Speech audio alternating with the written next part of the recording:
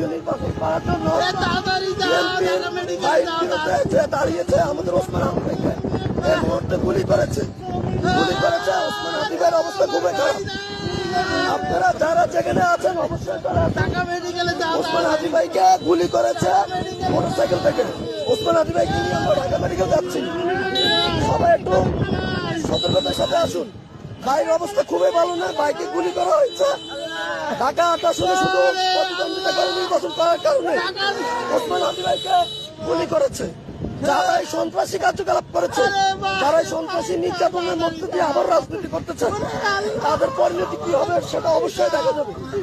আমার ভাই ওসমান হাদিকে গুলি করা হয়েছে, এটি খুবই লজ্জাজনক আমাদের জন্য।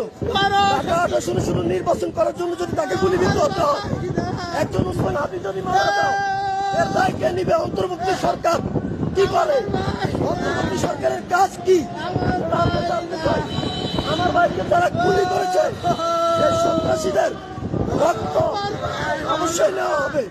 এবার যারাই করুক, সেই সন্ত্রাসরাই করুক, তাদের কি প্রয়োজন?